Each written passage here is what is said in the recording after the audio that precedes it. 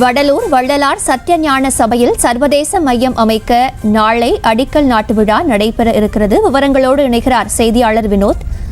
விவரங்கள். சுதர்சனா, கடலூர் மாவட்டம் வடலூரிலே வள்ளலாரால் கடந்த 1872ஆம் ஆண்டு சத்தியஞான சபை என்பது அமைக்கப்பட்டது. அது பார்வதிபுரம் கிராம மக்களால் தானமாக கொடுக்கப்பட்ட 106 ஏக்கரிலே பெரும் பரப்பில் இந்த சர்வதேச மையம் என்பது அமைக்கப்பட்டிருக்கிறது. இந்த நிலையில் நாளை சர்வதேச மையம் அமைப்பதற்கான அடிக்கல் நாட்டு விழா வடலூரிலே நடைபெற இருக்கும் நிலையில் இதற்கு கடும் எதிர்ப்பு என்பது எழுந்திருக்கிறது. இந்த நிலையில் காலை கூட பாமகவினுடைய நிறுவன தலைவர் ராமதாஸ் அவர்கள் தனது கண்டன அறிக்கையை பதிவு செய்திருந்தார். இந்த நிலையில் பாமகவினுடைய மாவட்ட செயலாளர்கள், பாமகவில் கட்சி நிர்வாகிகள் ஏராளமானோர் அந்த முன்னேற்பாடுகள் நடைபெறக்கூடிய சத்தியஞான சபை வளாகத்திற்கு சென்று கோவில் செயல் அலுவலர் ராஜா சரவணனை முற்றுகையிட்டு கடும் வாக்குவாதத்தில் ஈடுபட்டிருக்கின்றனர்.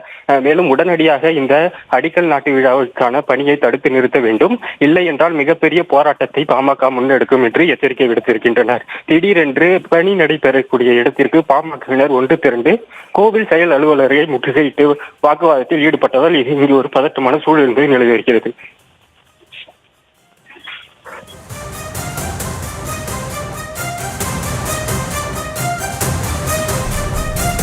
விவரங்களுக்கு நன்றி வினோத்.